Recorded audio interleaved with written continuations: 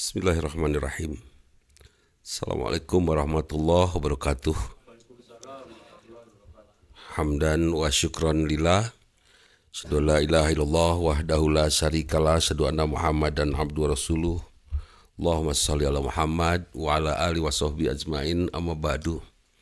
Sahabat semua, kita sering menganggap agama itu sebagai ajaran, yang dari ajaran itu ada hal-hal yang sifatnya mistis, bahkan lebih dari itu dianggap sebagai sesuatu yang membuat seorang bisa mendapatkan hal apa saja cukup dengan berkata-kata. Seperti dengan doa kita dapatkan sesuatu. Betul, dengan doa kalau Allah mengizinkan kita akan diijabah dan Allah akan berikan. Dan kita tahu Allah Maha Kuasa, kita tidak menafikan itu. Tetapi prinsip daripada agama saya melihat seperti ada larangan gibah, larangan untuk mencela orang lain, larangan untuk berburuk sangka, larangan untuk marah, larangan untuk curang, larangan untuk salah dalam menghitung, larangan aturan hutang piutang dan seterusnya. Artinya kalau saya melihat dari banyak kondisi itu, agama adalah sesuatu yang mengajarkan kita berkepribadian dalam pergaulan. Bahkan disebutkan yang sangat keras, kalau seorang disebut kafir, dia sudah tidak dianggap beragama, tidak mengikuti apa yang Allah inginkan. Tapi yang lebih bahaya lagi kalau sudah disebut mendustakan agama. Ya kan, dianggap bohong, kita tuh ngakunya Islam padahal tadi aku gitu kan. Itu bahaya sekali tuh. Siapa mereka? Kita yang yukadzibu biddin, yang mendustakan agama. Itu ternyata caranya mendustakan agama. Ar-ra'aitaladzi yukadzibu biddin fadzalikal ladzi yad'ul yatim. Mereka membiarkan anak yatim. Artinya kita tidak peduli kepada kemiskinan seorang yang yatim atau kepada pendidikan anak-anak yang tidak punya orang tua. Kita tidak cukup sensitif. Bahkan kalau yad'ul yatim, menghardik ya, atau membiarkan anak-anak yatim, itu dilarang. Apalagi kita orang tua membiarkan anak-anak tidak kita didik gitu. Itu jauh lebih meyatimkan meyatimkan anak, yang meyatimkan anak dibandingkan dengan anak yatim itu sendiri. Kalau anak yatim dia maklum, saya tidak punya orang tua. Tapi anak yang punya orang tua diyatimkan oleh orang tuanya, dengan orang tua tidak peduli. Dan ini banyak terjadi, kasus duda janda yang menikah. Duda janda menikah, jandanya punya anak, dudanya punya anak, terus si orang tua ini tidak mendukung kepada pendidikan anak dari sebelahnya, kan itu meyatimkan itu. Jadi di sini kalau ada duda yang mau nikah dengan janda, harus perhatikan anak janda itu, harus itu, nggak boleh nggak ada teman anak si itu, nggak bisa, itu sudah bagian dari kehidupan kita. Status anak dia itu status darah saja, tetapi tanggung jawab tetap ada dalam diri kita. Jangankan anak orang, anak tetangga saja tanggung jawab kita. Artinya yad'ul yatim, mereka membiarkan anak yatim. Itu anak siapa? Anak batur kan? Anak orang lain. Nah itu disebut mendustakan agama. Kemudian fadzalikal ladzi yad'ul yatim wa la yakhuddu 'ala ta'amil miskin, tidak ngajak orang untuk berbagi makan. Padahal it'amut ta'am, itu berbagi makanan, itu dalam Islam luar biasa itu. Tahu seorang memberi makan pada yang lain. Dengan memberi makan mudah-mudahan dapat hidayah ya. Dia bisa sholat dan sholatnya menjadi pahala untuk kita, jangan salah itu. Sering-seringlah berbagi makanan. Nah, di mana saja. Saya pernah, kalau dulu rada sering, waktu muda, karena saya juga pernah muda ternyata. Dan pernah kasep sampai kelas 4 SD. Nah, saya makan misalnya di sebuah tempat makan. Ada tukang koran ya, anak-anak kecil, saya tanya berapa orang. 10 Pak, dia makan bareng dengan mereka, dengan anak-anak kecil itu. Mungkin mereka tidak sholat, mungkin. Tapi setelah sepuh, mungkin mereka akan sholat sekali waemah gitu. Dan sholat mereka akan menjadi pahala untuk saya. Itu. Jadi jangan salah, it'amu ta'am itu berbagi makanan itu luar biasa. Bahkan kalau saya melihat, mudah-mudahan ini jadi doa dan mudah-mudahan ini menjadi kebaikan saya sebagai anak. Pun Biang, ibu saya, itu selalu saja kalau ada tamu ke sini, pasti nyuruh makan. Tuang heula. Dulu waktu saya kuliah dengan Al-Ustadz Us Muhammad Ruhiyat, Al-Ustadz Dr. Irfan Syafruddin, Al-Ustadz Wawan Sofwan, banyak lagi. Kita sering ngumpul di sebuah rumah di Linggawastu. Itu si pemilik rumah pasti aja, kita pulang kuliah tuh pasti tuang heula. Dengan sayur kacang, kerupuk, udah. Dan itu, ya Allah, meninggalnya husnul khatimah. Jelas it'amu ta'am. It'amu ta'am ini tidak hanya memberi makan lung pipiti gitu kan. Diamin, enggak. It'amu ta'am yang lengkap tuh memberinya sambil senyum, memberinya dengan kegembiraan. Oleh huda tamil miskin fadhalika ladzi yadul yatim wa huda tamil miskin fawailul lil musallin alladzina hum an sholatim sahun. Mereka yang lalai dari salatnya. Jadi salat yang tidak lalai yang bagaimana? Seperti saum yang tidak lalai. Yang bagaimana? Yang sholatnya menjadi karakter. Yang saumnya menjadi karakter. Seperti apa karakter dari sholat? Allahu Akbar. Allah Maha Besar. Nah, yakin Allah Maha Besar? Kalau Nana yakin Allah Maha Besar, Nana ingin ketemu dengan Allah, Mang Andi? Pantas nggak Mang Andi ketemu dengan Allah yang Maha Besar, sementara Mang Andi tidak pernah melakukan sesuatu pekerjaan yang besar untuk Allah? Mustahil. Bagaimana Allah menerima kita yang kecil untuk bertemu dengan Dia yang Maha Besar, sementara kita tidak pernah berkarya besar untuk Allah? Berkarya besar itu apa? Kalau saya mengerjakan, sebut saja saya montir, saya mengerjakan dengan sangat baik sekali sebagai montir, tapi minta dibayar, itu karya saya besar kecil? Kecil, karena urusannya senilai uang itu. Saya montir, kemudian saya kerjakan dengan sangat sungguh-sungguh. Saya tidak berharap pada uang, karena saya berharap Allah menerima tanpa uang. Nilainya bukan lagi uang, itu sudah karya besar. Ustadz Dudi Mutakin, ceramah, yang dibayar orang. Segitu harga saya. Sebut saja saya dibayar 50 juta, segitu harga saya. Tapi ketika saya tidak minta dibayar, aduh sudah tidak peduli. Yang penting saya berdakwah.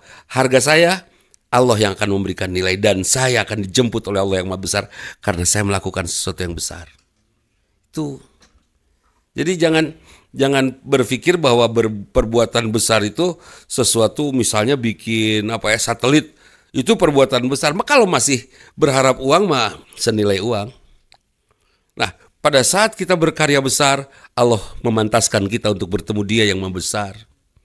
Pada saat kita berkarya yang mulia, maka Allah pun akan menerima kita sebagai seorang yang mulia untuk pantas bertemu dengan yang maha mulia. Nah, itu ibadah. Ibadah kita harus menghasilkan karakter. Tujuan daripada saum, takwa. Mungkin nggak kita takwa kalau kita tidak kenal Allah? Mungkin nggak kita rindu mendapatkan ridho Allah, takut mendapatkan murka Allah kalau kita tidak kenal Allah? Nggak mungkin. Sono kasaha. Kan itu udah terkenal kan? Harusnya sono ka Allah. Kenapa? Karena saya kenal. Kenal kepada Allah itu bukan kenal face to face, tapi kenal dengan keyakinan. Salah satu contoh kenal kepada Allah, kita insya Allah sudah kenal semua kepada Allah. Buktinya kita punya keyakinan. Buktinya sepanjang Ramadan kita kemarin nahan untuk tidak minum. Nah, teman-teman kita yang belum hijrah meskipun sudah dewasa bisa saja saum, tapi pada saat pengen minum udah haus atau dia sudah mulai tidak kenal kepada Allah, kan itu. Jadi siapa yang kenal kepada Allah? Ketika kita nahan di tengah haus untuk minum. Kunaon teu nggak minum beda safar. Pengen Allah ridho, Allah ningalikeun kan itunya. Itu kenal.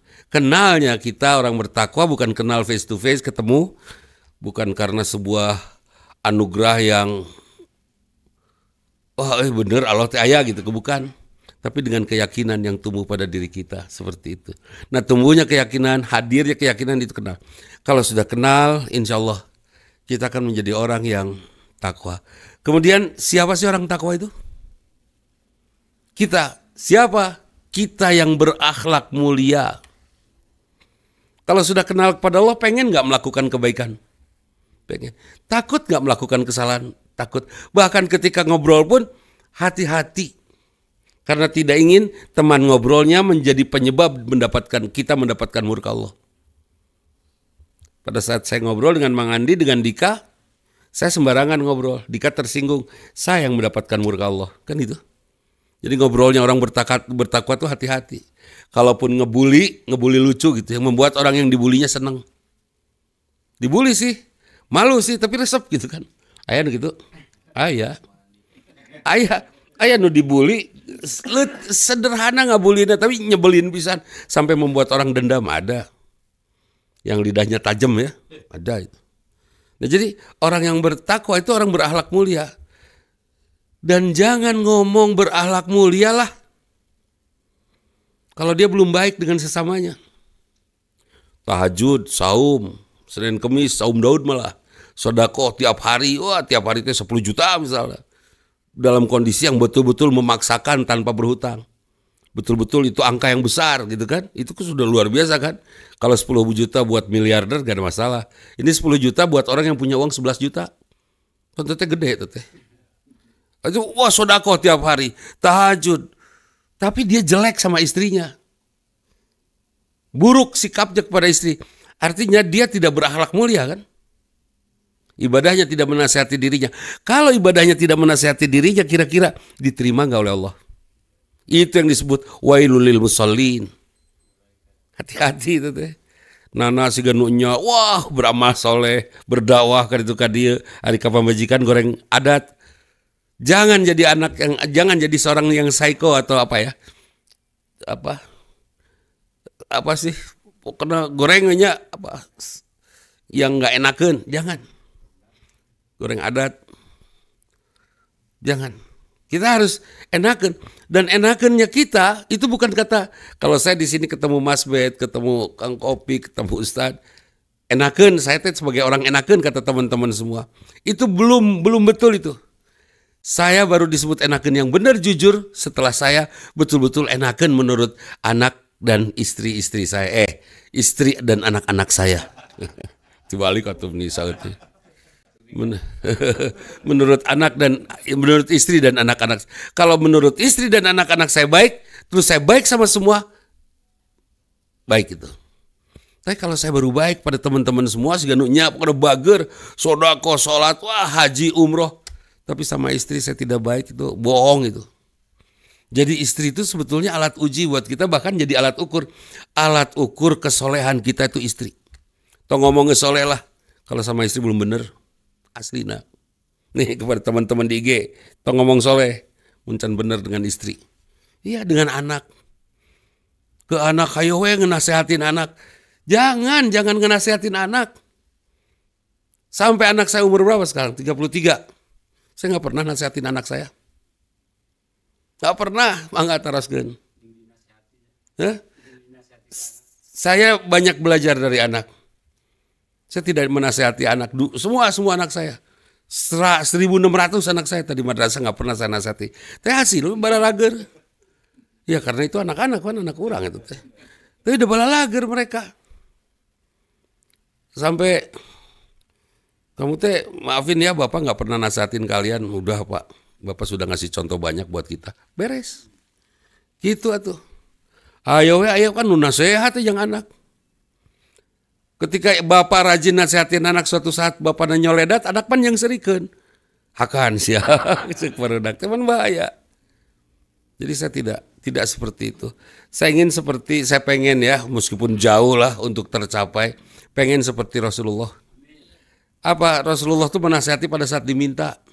Jarang Rasulullah tiba-tiba nganasehatan. Ada nggak orang yang mau dinasehati ngadadak? Dika duduk sini, dinasehatan weh. Pan cangkelnya, setan naon kau. Benar tuh. Tiba-tiba. Terus beda deh kalau Pak nasehatin lah. Beda deh kan? Ketika diminta mah, nah seperti itu. Rasulullah juga tidak berdakwah, kunguriling dari masjid ke masjid dengan tarif sekian, tuh. lewat manajemen. Tidak seperti itu. Rasulullah tuh dakwahnya lagi duduk, ya Rasulullah nasihati saya kan itu. Terus Rasulullah tak dakwah dengan akhlaknya, dengan kemuliaan kepribadiannya. Itu Rasul itu. Jadi jalannya Rasul itu jalannya tuh Quran. Pengen lihat Quran, pengen baca Quran 30 juz, lihat Rasulullah, itu Quran. Saya belum lihat kecuali khutbah Id, khutbah Jumat, khutbah gerhana ya. Saya tidak membaca ada hadis yang menyatakan Rasulullah mengadakan pengajian. Komo podcast. Ini memanfaatkan teknologi. Nah, jadi betul-betul yang saya lihat bukan itunya, tapi akhlak mulia Rasul itu yang jadi cerita banyak orang. Bagaimana lembutnya, bagaimana mengerti, bahkan menghargai perbedaan. Ya Rasulullah, saya junub. Iya, saya juga ya Rasulullah. Tapi nggak ada air. Saya sudah hubungan suami istri, saya harus mandi besar. Tapi nggak ada air ya, tayamum kata Rasulullah. Pergilah mereka pulang kan, terus tayamum. Yang satu ditanya, kumaha kamu tayamumnya? Tayamumnya sih gak wudhu sholat. Oh, seri Rasulullah. Hari kamu tayamumnya gimana? Aku gulingan, udah mandi besar, gugulutukan. Rasulullah nggak marah, Rasulullah tersenyum. Rasulullah sangat menghargai ketidaktahuan. Panari orang banyak guru-guru nyebutkan, gitu-gitu wae menita apal balegug, aya nu gitu. Aya guru nu gitu. Ketepel nu gitu da Rasul ge teu kitu gitu. Aya nu gitu. Nah, jadi Masya Allah. Nah, tujuan daripada ibadah saum itu apa? Akhlak mulia. Tujuan daripada akhlak mulia apa? Silaturahim. Jadi tujuan daripada saum silaturahim. Tong ngomong geus puasa mun silaturahim goreng kene bener. Tong ngomong geus salat kalau hubungan antar sesama masih jelek. Tadi ada urusan bicara DKM, pengurus masjid. Tong ngomong ngurus masjid menyalahkan batur kene bener. Ayo nggak boleh ngaji di sini, ini buat orang-orang kita aja. Mana ayah gitunya? Itu. Tong ngomong gitulah. Masjid itu terbuka untuk umum. Tapi Ustadz, kalau masjid terbuka untuk umum, ustadznya siapa saja kumaha mun nyasab? Ingetan. Datang Ustadz Saiful Hudaya. Ternyata dia nyasab khutbahna. Ingetan hari takna Ustadz salah tah doib. Atau sesudahnya ingetin. Mun nyangangang ustadzna cabokan geus beres. Nya. Tenggelan hari Ustadz ngaco diingetan teu bisa mah tenggelan. Sepanjang kita punya dalil yang benar. Ulah diantep aya Ustadz nyasab teh bisi ngoleang. Nana nyasab bukan Ustadz misalnya ya teu naon. Iya kan? Kang Opik nyasab bukan Ustadz teu naon. Tapi kalau Kang Opik Ustadz kemudian ceramah terus nyasab, perlu teu diingetan? Harus. Terus mun teu inget keneh perlu teu ditenggelan? Perlu. Masalahnya nyasabkan banyak orang. Jauh lebih sadis penyasabannya gitu tah. Itu. Kadang-kadang kan orang sok penghargaan, ulah Ustaz, justru gitu harus. Kalau saya salah, saya pernah mengingatkan pada anak saya, kalau bapak salah, ingetan. Langsung ditegur tong asa-asa. Karena saya mungkin yang akan masuk neraka duluan ketika saya menyesatkan 10 orang, iya kan? Saya sebagai kepala ularnya. Itu. Ya jadi untuk apa kita ibadah?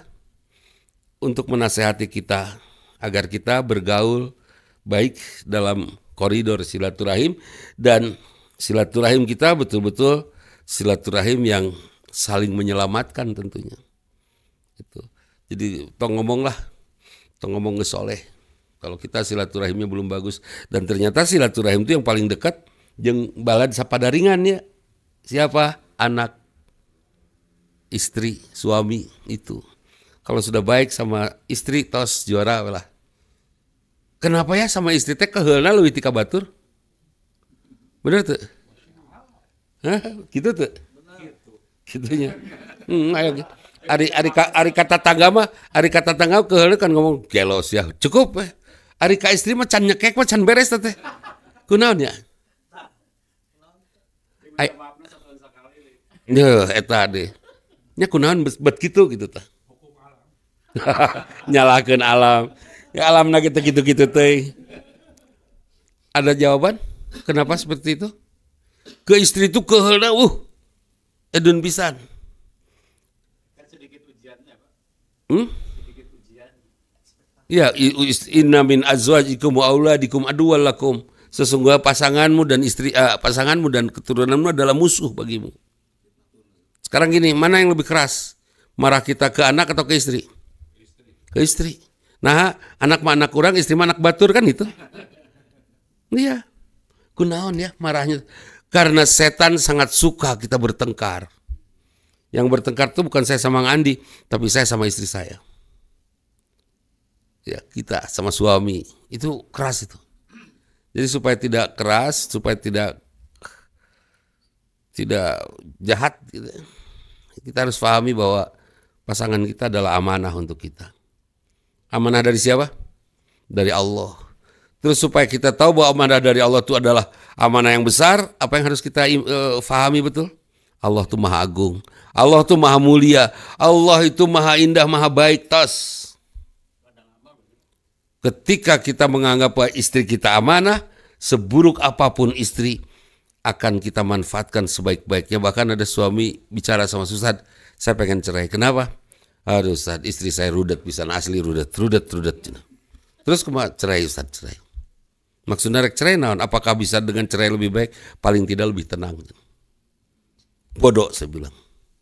Seorang tentara yang hebat, bahkan dia jadi pasukan khusus. Pasukan khusus itu tidak akan 100 orang jumlahnya, 10. Ya kan? Pasukan khusus. Itu pelatihnya lebih galak dari pasukan umum atau galaknya pasukan khusus? Pasukan khusus. Anggap aja Akang punya istri karena Akang pasukan khusus. Dicarekannya dia edan ke pemajikan apa? Kesalnya juga wah luar biasa sama istrinya. Kenapa? Karena Allah akan menjadikan suami ini sebagai ahli surga yang terbaik, sebagai elit. Kan itu. SWAT gue, tim SWAT gitu kan. Itu dilatihnya khusus itu. Nggak sama pasukan khusus dilatihnya nggak sama dengan pasukan artileri lain, beda itu. Iya kan? Asrama lagi beda pisan. Pressure-nya seperti ini dokter umum biasa. Pas masuk dokter spesialis itu ada pelatihan mental yang khusus itu. Kenapa? Karena dokter spesialis dituntut untuk khusyuk, dituntut konsisten, dituntut komitmen, dituntut banyak hal. Sehingga untuk jadi dokter spesialis ada treatment khusus untuk melatihnya. Kan ada cerita ya, bahwa untuk ngambil spesialis itu berat pisan. Memang, kalau ngambil spesialis enteng bukan spesialis itu. Nah kepada teman-teman dokter yang sedang residen sekarang, sabar. Hadapi semua dengan tangguh. Supaya apa? Kita menjadi dokter yang hebat. Itu. Ya seperti sama lah, kita juga sama. Di dunia dakwah juga kalau baik-baik aja mah belum apa-apa itu. Mencana inu maledog di jalan dalam kondisi tidak salah ya. Dalam kondisi tidak salah di baledog mobil saya beletak sampai kacanya pecah. Saya hanya mikir jelema maledog atau kelatihan babaledogan. Sudah, saya tetap berjalan lurus dan berjalan berani gitu kan. Seperti itu. Tapi ulah ngajakeun pika sebelum yang akhirnya membuat orang maledogan orang, jangan. Seperti itu. Jadi sahabat semua, agama itu bukan sesuatu yang membuat kita menjadi manusia yang berbuat yang mendapatkan hal-hal ajaib. Agama adalah nasihat yang membentuk karakter kita. Ibadah adalah nasihat. Kalau ada takbir Allahu Akbar, kita sedang diingatkan untuk merendah. Ya sudah, karena kita tahu Allah Maha Besar, kita akan kejar kemahabesaran Allah. Dengan apa? Dengan karya-karya besar kita. Karya besar kita sudah tidak bersandar kepada nilai profit ya. Tapi betul-betul mengharapkan ridho Allah saja. Ingin anak sukses, sekolahkan dengan ikhlas. Jangan mikir berapa bayarannya atau siapa gurunya. Sekolahkan dengan ikhlas. Gurunya cari sekolah yang ikhlas juga. Guru ikhlas, anak ikhlas, orang tua ikhlas, insya Allah anak sukses. Itu. Ada orang tua yang tidak ikhlas, ada. Nyakolakan di sekolah yang biayanya mahal. Ikhlas tuh. Menganggap dengan biaya mahal itu kualitasnya terbaik. Menurut saya nggak ikhlas itu. Yang ikhlas itu sekolah di mana? We? Bisa dekat rumah tetangga. Anak saya di SD Impres, pergi ke sekolahnya lompat, ngacir, tepi. We. Pesantrennya juga pesantren yang saya yakin guru-gurunya ikhlas. Sekolah di situ, alhamdulillah ternyasab. Nggak pilih-pilih harus ke sekolah di anu, enggak. Kenapa? Karena kunci sukses anak tuh orang tuanya ikhlas. Nih hadirin ikhlas punya anak yang sekarang? Serius ya? Sok amak tarak anak. Nah, can ikhlas. Ketika kita ikhlas, kelakuan anak kayak gimana juga kita ikhlas. Itu anugerah Allah. Allah sedang ngutus anak saya untuk menjadi trainers yang membuat saya bijaksana kan itu. Istri saya, Ustadz pikasa belet. Jadikan keburukan istri sesuatu yang akan membuat kita mulia gitu. Keburukan orang lain adalah kemuliaan kita. Benar tuh? Dia melatih. Dan orang yang hebat dalam pergaulan setelah bertemu dengan yang buruk-buruk apa? Semakin tua kita semakin bijaksana. Dan kebijaksanaan saya hadiahkan untuk cucu-cucu saya. Sampai cucu saya bahagia memiliki abah yang bijaksana. Itu benar. Bukan abah yang psycho. Bukan abah yang goreng adat. Bukan. Kalau orang mah urin kasih abah ke Garut. Mung orang cek incuna. Kunaon aing gawena dicarekan siapa eta mah. Gede amak urang nyekal buntut lauk ke urang dicepret atuh. Kira buntut lauk. Komo sirana aing digaplok, aing kacau boga abah, pan aing nu kitu. Aya. Dan bahagia sekali incu-incu yang ketika bertemu dengan abahnya dia senang. Abah gabruk galentoran. Itu abah yang hebat. Siapa abah yang hebat? Abah yang belajar dari ibadah. Siapa abah yang hebat? Abah yang belajar dari semua perbedaan. Siapa abah yang hebat? Abah yang selalu berusaha menjadi paling bijaksana di tengah kondisi yang sangat sulit sekalipun. Itu abah hebat. Mang Andi bohong. Saya ngobrol sama Mang Andi. Kemarin kita bahas ya. Mang Andi bohong. Saya ngobrol sama Mang Andi. Tugas saya dengarkan. Percaya atau tidak, beres kan? Dirubah jangan Mang Andinya untuk jadi tidak bohong. Nggak usah, itu urusan Mang Andi jeung Allah, beres. Udah, telir pan. Nah, membangun sikap bijak. Terus punya menantu. Terus menantu teh gawe nginjem mobil mitoha, lila deh. Kesebelen teh menantu teh. Menantu mengajarkan kita untuk sabar, beres kan? Semua mengajari kita untuk memiliki kemuliaan kepribadian. Sampai pada saatnya kita akan menjadi aki buat cucu-cucu kita. Aki yang hebat, aki bijaksana, aki yang ngangenin, aki yang tidak psycho, aki yang tidak naon sih istilahnya teh, yang tidak toksik. Nah, itu aki yang asik. Sampai cucu dari jalan kiri langsung, abah menyala abahku. Oh gaya abah. Ayah pas incun ningali abah, abah gelo lompat. Ayah abah pan ayah nu kitu beureun. Nah jadilah abah yang hebat. Nah, pokoknya welnya. Nah, eta. Ada yang ditanyakan enggak? Ini Pak, kalau misalkan punya pemikiran kayak gini, misalkan istri kan sudah dewasa, Nya. Hanya istri kanak-kanak. Melakukan kebaikan, apakah masih pantas untuk diingatkan? Misalkan dalam sholat, selalu belajar untuk tepat waktu. Apakah masih pantas untuk diingatkan? Pantas. Sementara kan Gini, tawasau bil haq. Saling menasihati dalam kendaraan. Menasehati itu dengan kata-kata sehat atau kata-kata sakit. Usahakan kita menemukan kata-kata sehat yang membuat dia mengerti untuk melakukan apa yang harus dia lakukan. Ulah diketepel kejauhan, sholat goblok. Itu mengingatkan juga kan? Itu mengingatkan juga. Ya, pokoknya mengingatkan. Ya, artinya apa? Tawasau bil haq. Luruskan orang salah dengan cara yang benar. Jangan meluruskan orang salah dengan cara yang salah. Iya kan? kalau tidak ngomong hanya dengan apa? Enggak laku gitu. Ya, itu yang seharusnya seperti pengen sudah kita jadi bapak yang benar dan menarik aja. Sampai suatu saat anak istri kita ngikutin kita itu. Bisa. Tawasau bisober. Ajak sabar, nasihati dengan kesabar. Ajak sabar dengan cara sabar. Sabar atuh di mana? Bisa bener tuh. Barinya kayak sabar. Kira-kira itu sabar bukan? Ajak sabar dengan cara sabar. Belagu kali mana menit sabar pisan. Turutan aing yeuh sabar yeuh. Teu para rantes pisan. Kan gitu ya. Ajak sabar dengan cara sabar. Terus tawasau bil marhamah. Ajak mesra dengan cara mesra. Cik atulah romantis autik. Pantes deh. Ngajak romantis bari melotot gitu. Pantes deh. Romantis atuh hari rup teh meni cakuem gitu. Kalau ngajak romantis, orang teh udah sengit, udah hararenak, bararesih, duduk, ya lelendotan gitu kan. Itu baru bisa ngajak romantis. Malah teu kudu ngomong ya. Poekan saeutik, sesakeun lilin kan gitu. Hah? Ya.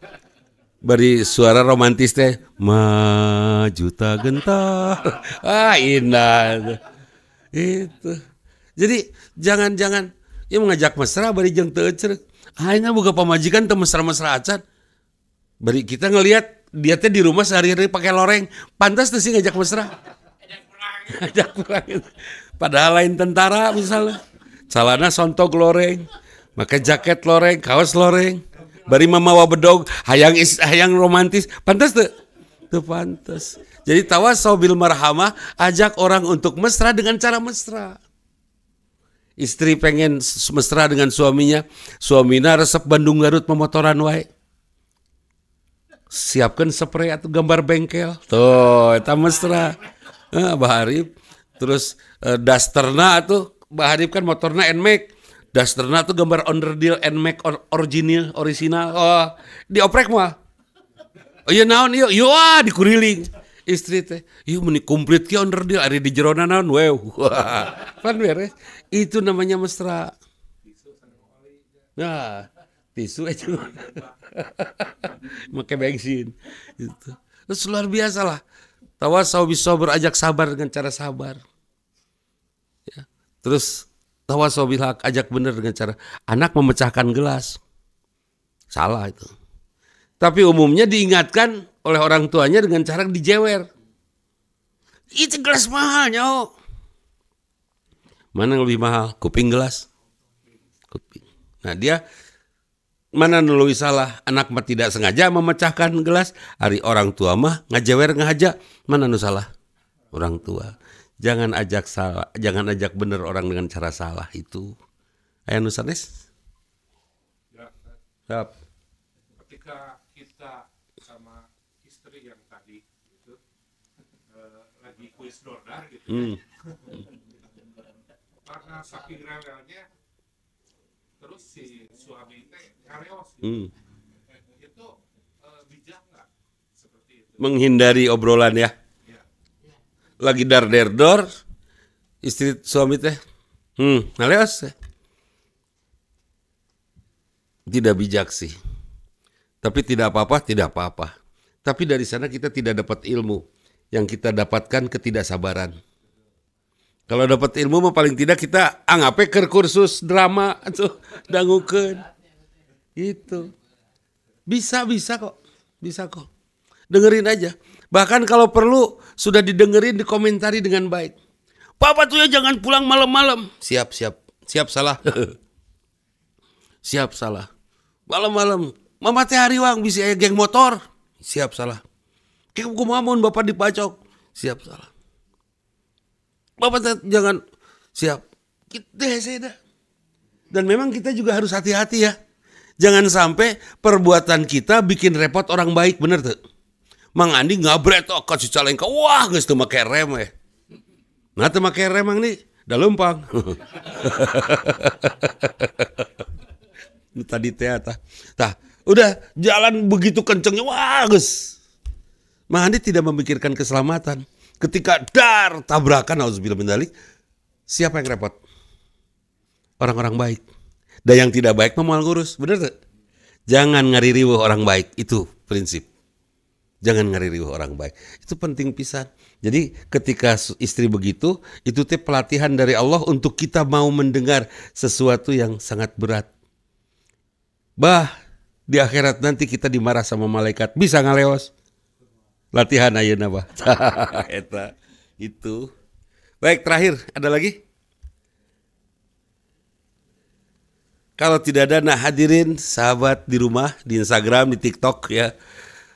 Mudah-mudahan bermanfaat ini. Jelas umat Islam tidak akan pernah menjadi kelompok sosial nomor 1 di dunia ini. Sepanjang umat Islam tidak menjadikan agama sebagai nasihat yang menasihati kepribadiannya. Umat Islam tidak akan menjadi kelompok manusia nomor 1 di dunia ini. Sepanjang dia tidak ingin bertemu dengan Allah yang maha besar karena dia tidak meyakini besarnya Allah. Sepanjang dia tidak berkarya besar untuk Allah yang maha besar. Sepanjang gini-gini aja. Ya. Siapa yang diperintahkan untuk melakukan riset dalam hidup umat Islam? Surat Ar-Rahman itu adalah surat sepenuhnya perintah riset dari Allah. Terus umat Islam tidak ada saja yang melakukan riset, malah yang melakukan penelitiannya mereka yang bukan Islam. Apa kata Allah kepada umat Islam? Fabi ayyi ala'i rabbikuma tukadziba. Nikmat Allah yang mana yang akan kau dustakan? Kurang naon Allah teh memberikan bahan, kenapa kalian tidak memanfaatkannya? Umat Islam sedikit melakukan riset.